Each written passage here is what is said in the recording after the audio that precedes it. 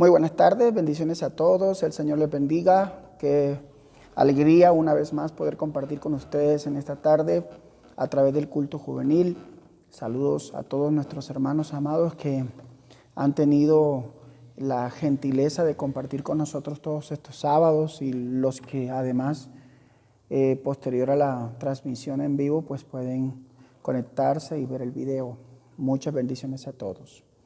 En esta tarde compartir una palabra, es una palabra desafiante para todos y cada uno de nosotros y es acerca de la gran comisión, de la tarea que como iglesia nosotros tenemos. Quiero bendecir en esta tarde el nombre del Señor Jesús por su misericordia, por su gracia para con nosotros. Y bueno, sin más, vamos a Mateo capítulo 28, versículos del 18 al 20, la palabra del Señor dice: y Jesús se acercó y les habló diciendo: toda potestad me es dada en el cielo y en la tierra. Por tanto, id y haced discípulos a todas las naciones, bautizándolos en el nombre del Padre y del Hijo y del Espíritu Santo, enseñándoles que guarden todas las cosas que os he mandado, y he aquí yo estoy con vosotros todos los días hasta el fin del mundo. Como sabemos, es un pasaje bastante conocido, es acerca de la comisión de la iglesia, y pues hoy quiero compartir básicamente acerca del versículo 18, que es como la base de la reflexión que tengo para esta tarde, acerca de cuál es la autoridad que ha sido delegada a la iglesia y que por ella, por medio de ella, nosotros podemos hacer la obra del Señor. Pero permítame hablar primero de algunas cosas acerca del texto. 2 puntos básicamente es lo que quiero tratar en esta tarde, bajo el tema la gran comisión, pero el título: una tarea asignada a la iglesia. Lo primero que quiero resaltar es que Jesús manda a sus discípulos a ser discípulos. Eso lo encontramos en el versículo, obviamente el versículo 19. Por tanto, id y haced discípulos a todas las naciones. En el Evangelio de Marcos dice: id por todo el mundo y predicad el Evangelio. ¿Sí? Así que la tarea es universal, la tarea es global, la tarea será, como dice Mateo también 24, 13 o 14, y será predicado este evangelio del reino hasta el fin del mundo, y luego vendrá el fin, o por todo el mundo y luego vendrá el fin. Así que primero quiero resaltar algo que me parece muy interesante acerca de Jesús como maestro. Él nunca nos pide algo que antes Él no hubiera hecho. ¿Sí? Cuando hablamos de predicar el evangelio, que es la comisión, dice: id y haced discípulos. Y discípulos se hace a través de la predicación del evangelio. Déjeme decirle que para Jesús predicar y enseñar fue uno de los grandes propósitos por los cuales vino a esta tierra. Enseñar el reino, enseñar la doctrina, la sana doctrina, enseñar todas estas cosas eran el fundamento en el ministerio del Señor Jesús. Pero permítame leer algunos versículos que dan cuenta de esta gran realidad. Cuando hablamos del evangelio del reino, la primera referencia que encontramos está en Mateo capítulo 3, versículo 2, cuando es Juan el Bautista el que está predicando, cuando está en el desierto, en el río Jordán mejor, y allí está predicando. Arrepentíos, Mateo capítulo 3, versículo 2 dice: arrepentíos porque el reino de los cielos se ha acercado. Luego en Mateo 4:17 es Jesús quien, iniciando su ministerio, dice el versículo 17: desde entonces comenzó Jesús a predicar y a enseñar: arrepentíos porque el reino de los cielos se ha acercado. Y luego en Mateo 9:35 dice que Jesús recorría todas las ciudades y aldeas, enseñando en la sinagoga de ellos y predicando el evangelio del reino. Pero además dice que sanando toda enfermedad y toda dolencia en el pueblo. Parte de las características del ministerio del Señor Jesús: predicación, enseñanza, sanidad, libertad a los cautivos, a los endemoniados.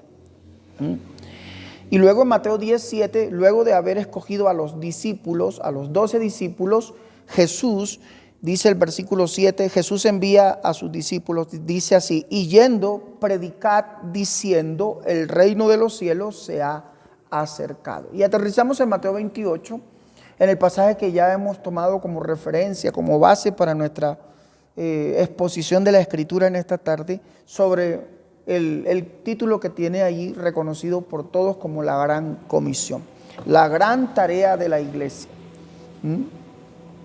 Entonces, lo primero que establecimos aquí en este punto es que Jesús nunca mandó a hacer algo que antes Él no hubiera hecho. Por poner un ejemplo, Él dice que cuando alguien nos dé en una mejilla, presentemos la otra, pero eso lo predicó, y predicarlo es fácil. Pero Él lo vivió cuando en su semana de pasión lo golpearon, lo vituperaron. Él hizo todas estas cosas y vivió lo que enseñó. Y lo segundo es que Jesús, o eso es lo mismo, que Jesús, uno de los grandes propósitos de su primera venida fue anunciar la verdad del Evangelio, las buenas nuevas de salvación. Y ahora lo segundo que podemos mirar es la tarea asignada a la iglesia. Y la tarea asignada es ir y hacer discípulos. La tarea asignada es ir y proclamar el Evangelio de salvación. Sí. Y la base de la Gran Comisión, que de eso se trata esta enseñanza, es cuál es el poder que está insertado en la exposición de la predicación del Evangelio. ¿Cuál es el poder? ¿Cuál es la autoridad? ¿Cuál es el poder que emana de Jesús, por el cual nos ha podido que la iglesia permanezca todos estos siglos con la ayuda del Espíritu Santo, con la guía de la palabra de Dios, pero que ha hecho que millones de personas a través de todo el mundo, de diferentes credos, de diferentes concepciones religiosas, hayan abrazado la fe del Evangelio y hayan incluso dado sus vidas por el Señor? Y a mí me parece que la base está en el versículo 18, cuando Jesús dice: y Jesús se acercó y les habló diciendo, toda potestad. Jesús absoluto de Dios. Este Mateo 28 habla de los absolutos de Dios, pero voy a mencionar solo uno: toda potestad me es dada en el cielo y en la tierra. Eso es absoluto, no hay nada que se le haya negado a Jesús. A Jesús se le dio toda autoridad. Así que la base de la Gran Comisión es la autoridad que el Padre, que Dios le dio a Jesús. La palabra autoridad es una palabra griega que significa derecho legal, palabra oficial de un gobierno o de un soberano. Quiere decir que Jesús tiene el derecho legal. Le fue dado un derecho legal por el Padre Celestial. Y la palabra de Jesús es una palabra oficial de un soberano. Recordemos que Jesús es Rey de Reyes y Señor de Señores. Y esto, creo que hay algunas razones por la cual Jesús recibió toda autoridad del Padre, y es lo que yo quiero mencionar. La primera razón la encontramos en Colosenses capítulo 2, versículos 13 y 14. La palabra del Señor dice allí que Él, o el primer punto es que Jesús anuló el acta de los decretos que había contra nosotros. Es decir, teníamos una deuda. Y la palabra deuda significa un término comercial que significa un certificado de endeudamiento, un pagaré. Y habla de la ley, ¿no? Allí en Colosenses. Bajo la ley todo el mundo es deudor a Dios. Romanos 3:23 dice: por cuanto todos pecaron, están destituidos de la gracia, de la gloria de Dios. Y Romanos 6:23 dice: por cuanto todos pecaron, porque la paga del pecado es muerte, mas la dádiva de Dios es vida eterna en Cristo Jesús. Pero permítame encontrar Colosenses capítulo 2, versículos 13 y 14, y podemos mirar con mayor referencia a este punto. Lo que Jesús hizo. Dice capítulo 2, versículo 13, que Jesús anuló, dice el versículo 14, anulando el acta de los decretos que había contra nosotros, que nos será contraria, quitándola de en medio y clavándola en la cruz. Y despojando a los principados y a las potestades, los exhibió públicamente, triunfando sobre ellos en la cruz. Así que la primera razón, o una de las razones de muchas que hay en la Biblia, seguramente en los evangelios, a través de la cual Dios le otorga a Jesús toda autoridad, es porque en la cruz del Calvario, a través del sacrificio de Jesús, Él anuló el acta de los decretos que había contra nosotros, que nos será contraria. Así que, y no solo eso, sino que allí además avergonzó. En ese mismo punto pudiéramos decir que además de anular el acta de los decretos que habían contra nosotros, es decir, es como un pagaré. Imagínense que esto es un pagaré que nosotros tenemos, que habla de la deuda que nosotros tenemos. ¿Y qué fue lo que Jesús hizo? La anuló en la cruz del Calvario. Eso fue lo que Jesús, nuestras deudas ha sido saldada. ¿Quién la pagó? Cristo pagó por nosotros. Pero además dice que Jesús de anular el acta de los decretos que había contra nosotros, dice que humilló, que avergonzó públicamente a los demonios triunfando sobre ellos. Dice eso, despojó, y eso habla de desnudar, de quitarle toda autoridad, quitarle todo el poder que tenían sobre nosotros los demonios y el mismo Satanás. Eso es lo primero que Jesús hizo, anuló el acta de los decretos que había contra nosotros. Pero además, en Hebreos 2, versículo 14, la Biblia habla de un segundo punto que quiero mencionar aquí. Y es lo que Jesús hizo en la cruz, que permitió que Dios le diese toda autoridad. Hebreos capítulo 2, versículo 14 dice, así que por cuanto los hijos participaron de carne y sangre, Él también participó de lo mismo. Jesús se humanó, es lo que está diciendo aquí, para destruir por medio de la muerte al que tenía el imperio de la muerte, esto es, al diablo. La muerte fue vencida, fue destruida por Jesús. Es lo que dice Hebreos 2.14. Él destruyó por medio de la muerte al que tenía el imperio de la muerte. El que tenía el imperio de la muerte era el diablo. Y a través de su muerte, Cristo Jesús vence al diablo y también vence la muerte, como lo vamos a ver a continuación. ¿Sí? Él venció al diablo en la cruz. Él lo venció. Y también a sus demonios, como ya lo miramos en Colosenses. Pero también dice que en Apocalipsis 1.18, es Apocalipsis 1.18, permítame ir a Apocalipsis 1.18.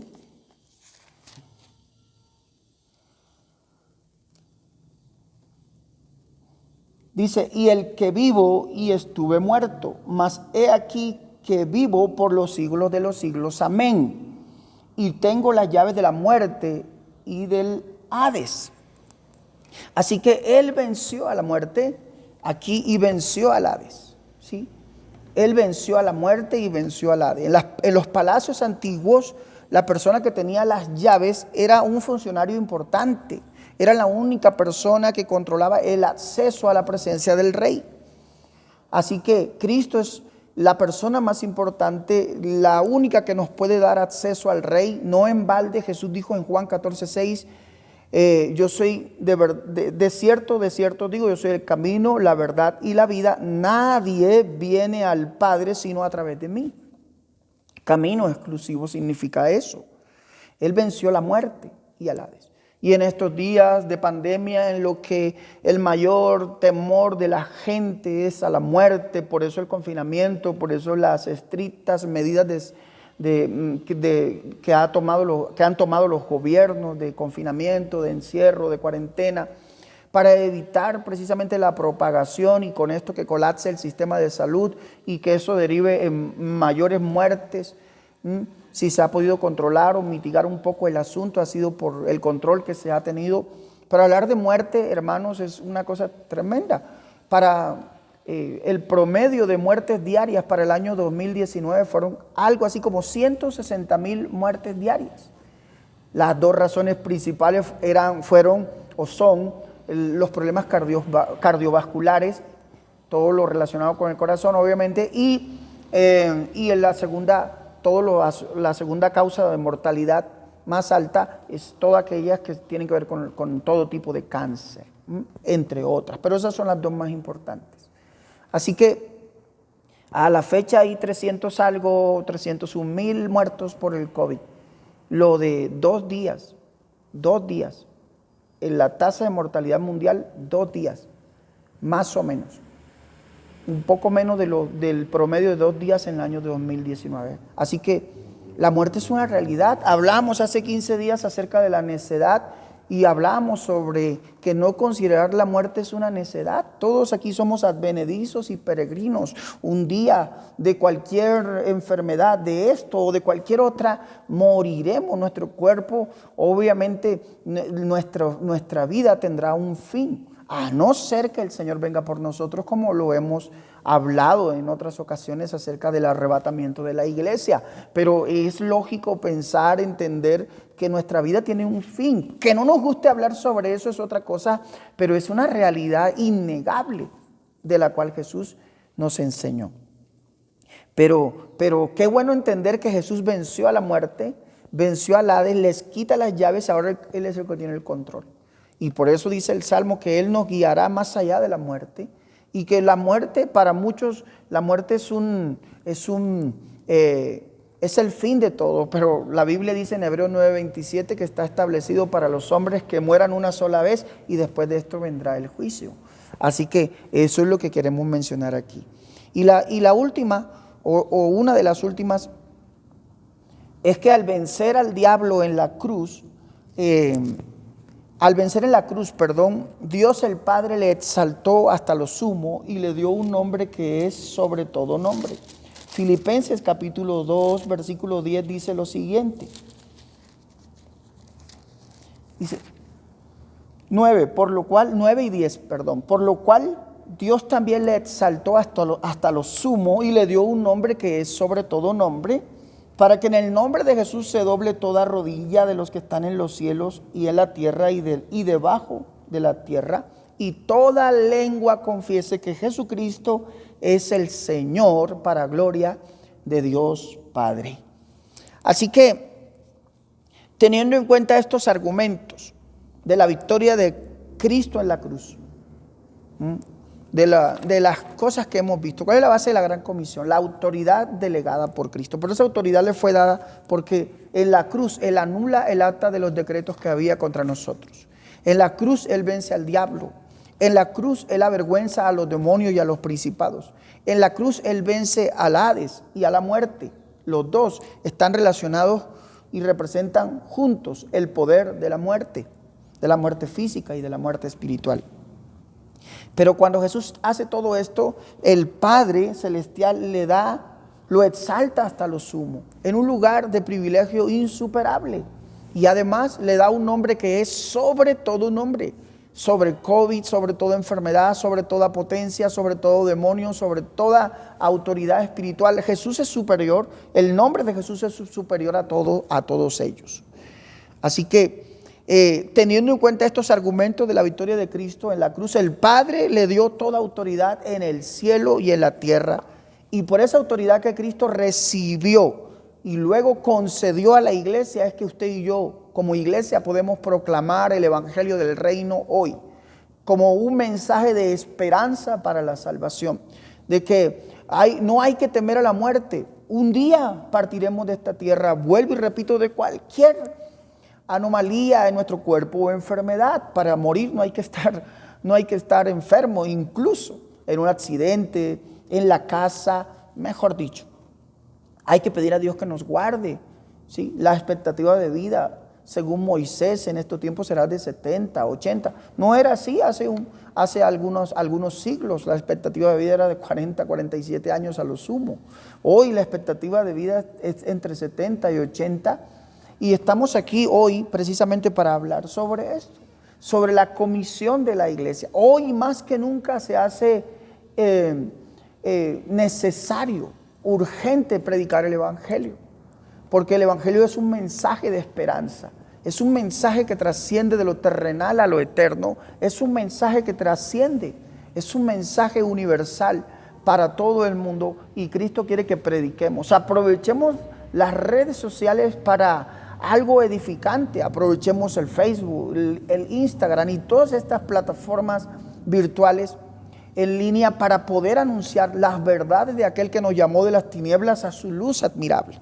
Así que permítame hacer simplemente 2 llamados. En primer lugar, a la persona que escucha este video, pero que aún no ha entregado su corazón a Cristo. No es escuchar un mensaje y no se trata de ir a un templo o de ir a una iglesia o a X o Y denominación. Se trata de escuchar el mensaje que transforme tu vida, pero de recibirlo.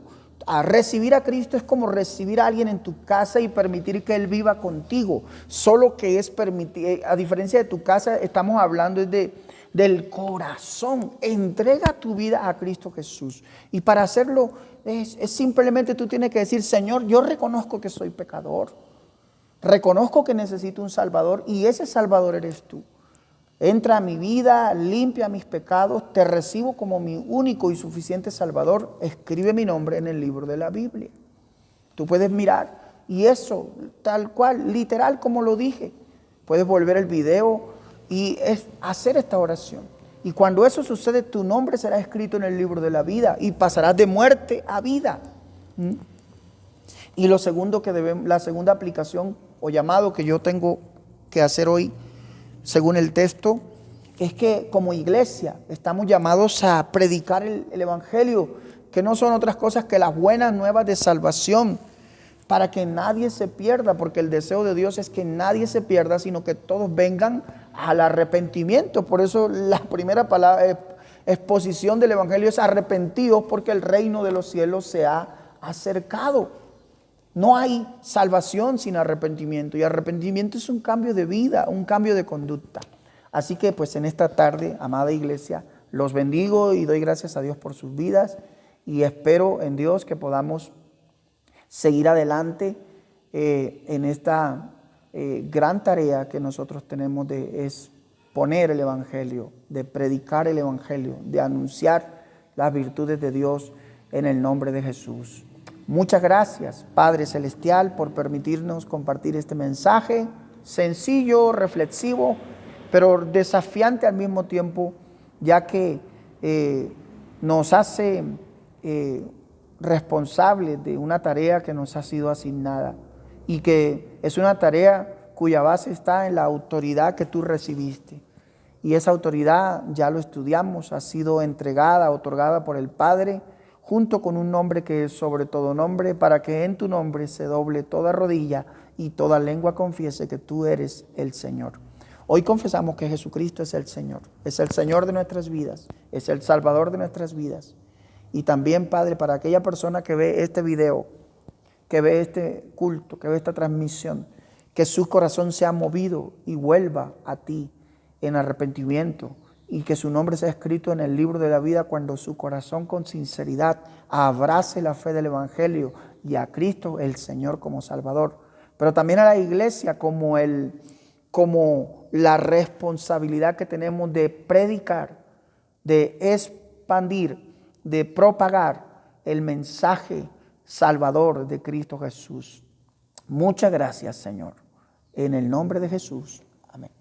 El Señor les continúe bendiciendo, amada iglesia. Saludos especiales al pastor Gregorio, a la pastora Silvia, a nuestro pastor Gustavo, su esposa, y a todos nuestros hermanos de Fuente de Paz. Nuevamente reitero mis saludos a mi familia, a mis primos, a mis padres, a mis hermanos que nos ven a través de esta transmisión. El Señor les bendiga, el Señor les guarde y nos veremos el próximo sábado, Dios mediante. Amén.